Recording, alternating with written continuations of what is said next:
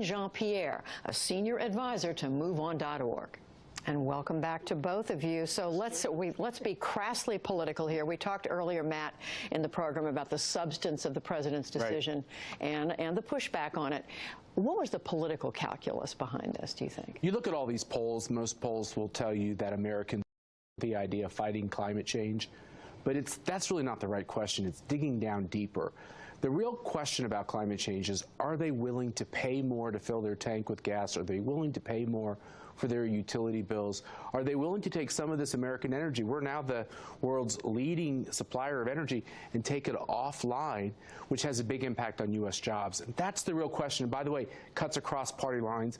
Most Americans think that what they're asking them to pay for this crusade on climate is simply not worth losing jobs or paying more for energy. It makes it sound like a winning decision today, Karine. I think what happened today, what we saw today, what Donald Trump did was it was a political play. That's all it was. It wasn't about the economy. It wasn't about the environment.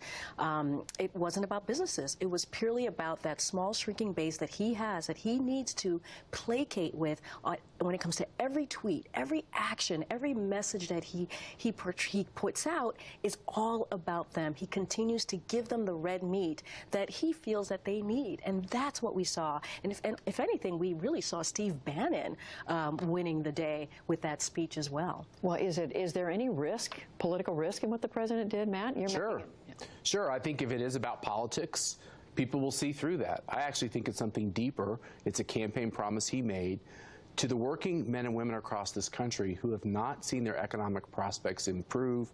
You see that on poll after poll. I think it's the #1 reason Donald Trump is president, and that his #1 gauge of his success is if the economy can get chugging and we can make these folks feel and actually know that their economic prospects are improving. If he can't do that, I think he's going to have political trouble. Can I just add, Judy? There's a poll, speaking of poll, there's a poll that shows 70% of Americans actually agreed with the Paris Accord. 55% were Republicans. So there were Americans who were behind. If you dig deeper, the real political question is, are you willing to pay the higher taxes, credits, and all the things that you have to do to make carbon more expensive to take it off the grid? And that's where it gets dicey for your side. Well, I think the bigger question is our planet, and what are we going to leave our children with? You have 5 kids, I have a kid, and our grandchildren with, if we don't actually take responsibility to what this country, our country, is doing to the climate. Let's also talk about what's been happening inside the White House, Matt. A lot of suspense built up today over what the president was going to do at a time when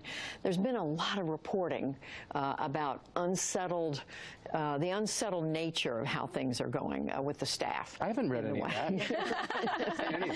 Well, it's been in a couple of news organizations. Let me put it that way.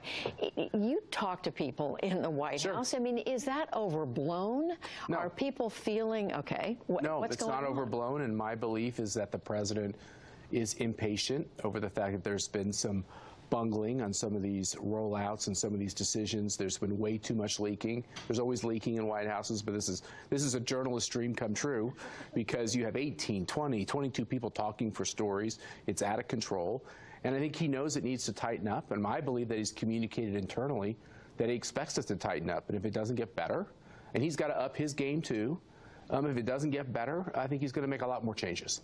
And Karine, is this just all an upside for Democrats if the president continues to have these kinds of issues, or are Democrats basically just watching from the sideline? I think we just watch for it on the sideline. I think he's his worst enemy. I mean, look, when it comes to situations like this, and you've worked for a president, I've worked for a president, the fish really rots at its head.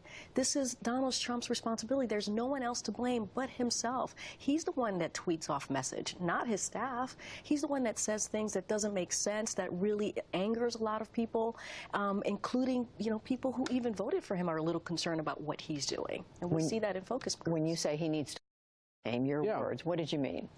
Look, I mean, there's an independent counsel. There's an investigation going on. He's got to be careful about how he talks about that. My advice is for the White House to simply, go along with the investigation, to not comment on the investigation.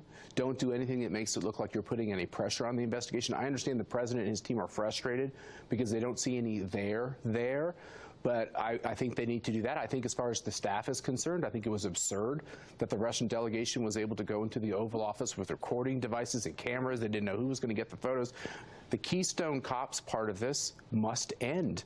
With an outsider president and an investigation going on, the staff has to be twice as good, and they can't afford to make these kind of mistakes. And Karine, no matter what is going on in the White House, if Donald Trump's base, the people who voted for him, like the basics of what he's doing, whether it's the climate decision or, I don't know, his attempts to set up a travel ban, even though that hasn't happened yet, does it really matter politically whether the White House is, quote, dysfunctional or not? I think it will at some point. I mean, there's 2018 coming right around the corner, and that's going to hurt Republicans, what we see Donald Trump doing, because it's not just Republicans, not that small base that got him to the White House. It was also Democrats and independents that got him into the White House. True. And so by the way, he has a lot of them on his staff at the White House, too. But here's the thing.